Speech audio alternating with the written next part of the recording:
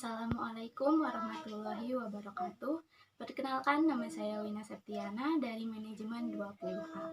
Di sini saya akan menjelaskan mengenai salah satu materi dari teori portofolio dan analisis investasi, yaitu materi pertama, konsep investasi.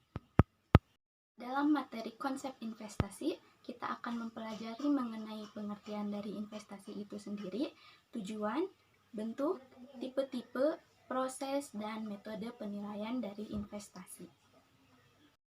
Oke, langsung saja kita ke materi pertama, yaitu mengenai pengertian dari investasi. Apa sih itu investasi? Investasi berasal dari bahasa Inggris, yaitu investment yang artinya menanam. Menurut Tandelilin 2021, investasi adalah komitmen untuk menanamkan sejumlah dana pada saat ini dengan memperoleh keuntungan di masa datang. Sedangkan menurut Jogianto 2010, investasi merupakan penundaan konsumsi sekarang untuk dimasukkan ke aktiva produktif selama periode tertentu. Lalu apa tujuan dari para investor ini melakukan investasi? Yang pertama yaitu untuk terciptanya keberlanjutan dalam investasi tersebut. Yang kedua, terciptanya profit yang maksimum atau keuntungan yang diharapkan. Dan yang ketiga, terciptanya kemakmuran bagi para pemegang saham. Lalu yang terakhir, turut memberikan nilai bagi pembangunan bangsa.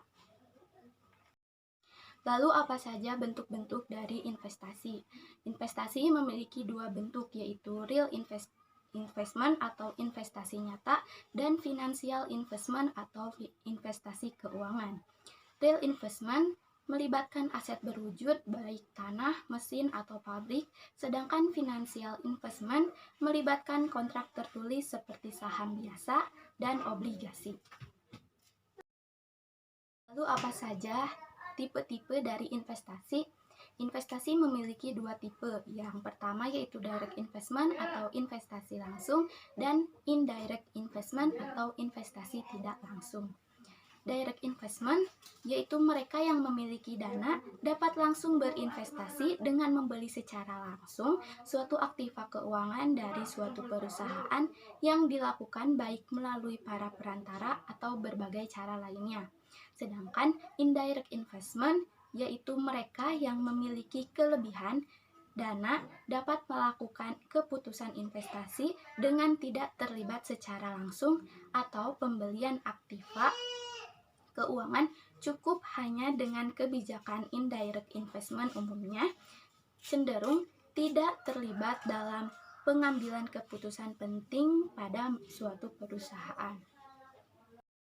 Selanjutnya kita masuk ke proses investasi.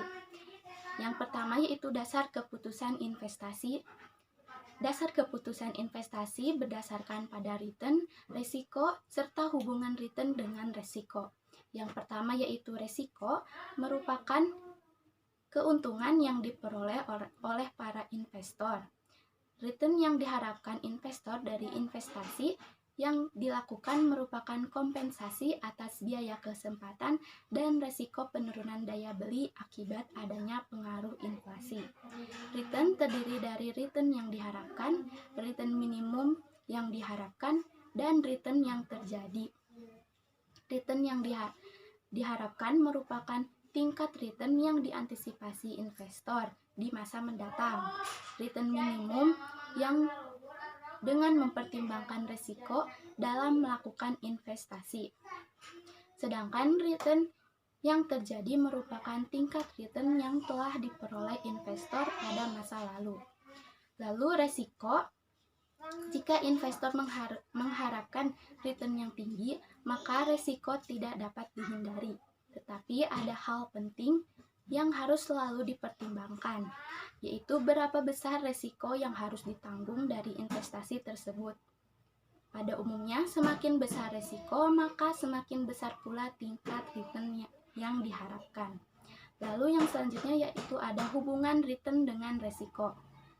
Secara teoritis, hubungan antara risiko dengan return yang diharapkan merupakan hubungan yang bersifat searah dan linear. Artinya, semakin besar risiko suatu aset, semakin besar pula return yang diharapkan atas aset tersebut. Yang kedua yaitu ada proses keputusan investasi. Proses keputusan investasi terdiri dari 5 tahap, yaitu penentuan tujuan investasi, penentuan kebijakan investasi, pemilihan strategi portofolio, pemilihan aset, dan evaluasi kinerja portofolio. Yang pertama, penentuan tujuan investasi. Tujuan investasi setiap investor bisa berbeda tergantung investor yang mengambil keputusan. Misalnya, lembaga dana pensiun kliennya dapat memilih untuk berinvestasi dalam portofolio reksadana, sedangkan penyimpanan seperti bank bertujuan untuk mendapatkan pengembalian biaya investasi yang lebih tinggi. Yang kedua, ada penentuan kebijakan investasi. Untuk menentukan kebijakan investasi diawali dengan menentukan keputusan alokasi aset. Alokasi dana yang disimpan di berbagai kelas aset yang tersedia harus dilibatkan dalam penentuan kebijakan investasi, sehingga penanam modal mampu memahami dan mengetahui aturan-aturan mengenai proses investasi, terutama tentang kebijakan-kebijakan yang berlaku. Lalu yang ketiga ada pemilihan strategi portofolio. Ada 2 strategi portofolio yang dapat dipilih, yaitu strategi portofolio aktif dan pasif.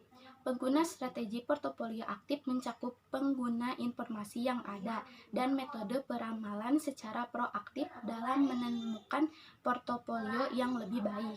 Sedangkan strategi portofolio pasif mencakup investasi dalam portofolio yang memenuhi kinerja indeks pasar. Selanjutnya ada pemilihan aset. Tujuan tahap ini adalah untuk menemukan portofolio investasi yang efektif, yaitu memberikan portofolio dengan ekspektasi return tertinggi dengan tingkat risiko tertentu. Dan sebaliknya, memberikan portofolio dengan ekspektasi return tertentu dengan tingkat risiko terendah. Lalu yang terakhir ada evaluasi kinerja portofolio. Tahap ini merupakan tahap terakhir dari proses pengambilan keputusan investasi. Namun, apabila pengaruhnya kurang baik, maka proses pengambilan keputusan investasi harus dimulai kembali dari awal. Selanjutnya kita masuk ke metode penilaian investasi. Terdapat 6 metode penilaian investasi. Yang pertama yaitu payback period, discount payback period, net present value, internal rate of return, profitability index, dan modified internal rate of return. Pertama yaitu payback period. Payback period adalah periode waktu yang dibutuhkan untuk mengembalikan investasi proyek atau mengukur seberapa cepat suatu investasi bisa kembali. Satuannya adalah waktu, yaitu tahun, bulan, dan sebagainya. Semakin pendek payback period, maka semakin baik.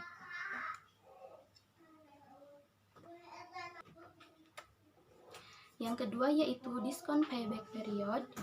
Salah satu kelemahan dari metode payback period adalah tidak memperhatikan nilai waktu uang. Untuk memperbaiki metode tersebut, maka dicoba dengan cara mempresent value-kan arus kas masuk dari rencana investasi tersebut. Kemudian harus dihitung payback periodnya. Dengan demikian, arus kas yang dipakai adalah arus kas yang telah didiskontokan atas dasar cost of capital atau interest rate atau rate of return atau opportunity cost. Yang ketiga yaitu net present value. Metode NPV adalah suatu metode penilaian yang juga telah menggunakan konsep nilai waktu uang. NPV dihitung dengan mengurangi PV kas masuk bersih dengan PV kas keluar. Yang keempat yaitu internal rate of return. Internal rate of return adalah suatu tingkat diskonto yang menyamakan present value arus kas masuk dengan present value arus kas keluar, atau dengan kata lain NPV sama dengan 0. Yang kelima ada profitability index, adalah rasio antara present value arus kas masuk bersih dengan present value arus kas keluar. Lalu yang terakhir ada modified internal rate of return. adalah suatu tingkat diskonto yang menyebabkan present value biasa sama dengan present value nilai terminal, di mana nilai terminal adalah jumlah future value arus kas masuk yang dimajemukkan dengan biaya modal perusahaan. Mungkin cukup sekian yang dapat saya sampaikan, kurang lebihnya mohon dimaafkan. Terima kasih atas perhatiannya. Wassalamualaikum warahmatullahi wabarakatuh.